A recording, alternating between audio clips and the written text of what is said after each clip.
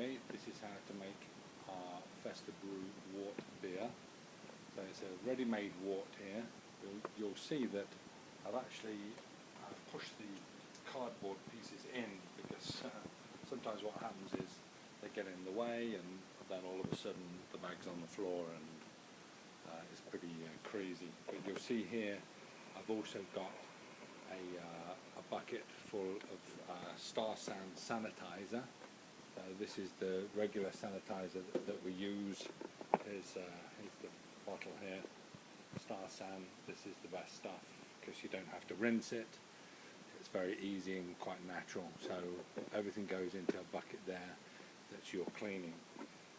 So what I've also done is to wash out a bucket there, washed it, brushed it, and then put the sanitizer solution in together with the lid as well and clean the lid off. So now what we're going to do is to carefully take the lid off the wort. You'll see I've got a bit of paper here that's been doused in the Star San, so just sanitize the head, because basically the most important thing here is that everything is clean. So you have to wash your hands, clean your hands, sanitize your hands, and not touch anything else. So even with the spoon here that I use to open up the wort, I even sanitize that as well. So get underneath it here, and then pop it off, and there we go. And then the next part is the steady part, and what we've got to do then is to basically pour it into the bucket. I'll show you how to do that, just very, very carefully. Here you want to basically create as much foam as you can, because oxygen is really, really important.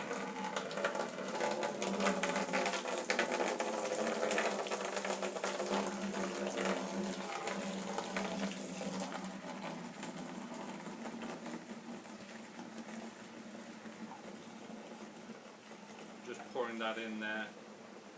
Obviously pouring it from a height is actually a good idea because you can create a lot of that extra oxygen that the yeast is going to feed on nicely with the sugar, and it's going to be really good. And doing it this way also is a little controlled.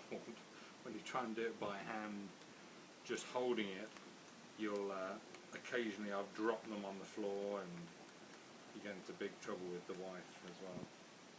It's when she walks around the next day, it's all sticky. So there it is, all going in there, filling up. I might have to stop that for a moment so it doesn't fall off. And then in the bottom of the bucket here, you'll also find the yeast. Oh, shoot, it's gone in. I did sanitize my hands, so I didn't expect that to happen. So I'm just going to wash that. I know it's funny, Jude, so I'm going to sanitize the packet as well. So hopefully that'll still be okay, but something that you don't want to happen.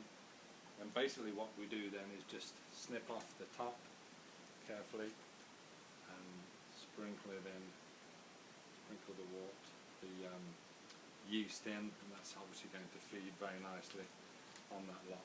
So I'm just going to pour in the rest of the wort.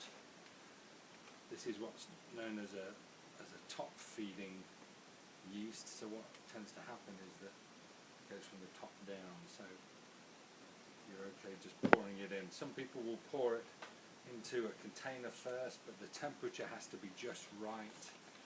And basically what happens now is all I do now is to get my lid. I'm just going to prepare the airlock here. This is the airlock. Pop a bit of water or alcohol on top.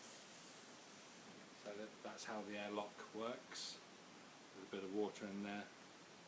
And what happens is that stops any oxygen getting in afterwards. So just put the lid on, basically. click if there's a bit of foam. There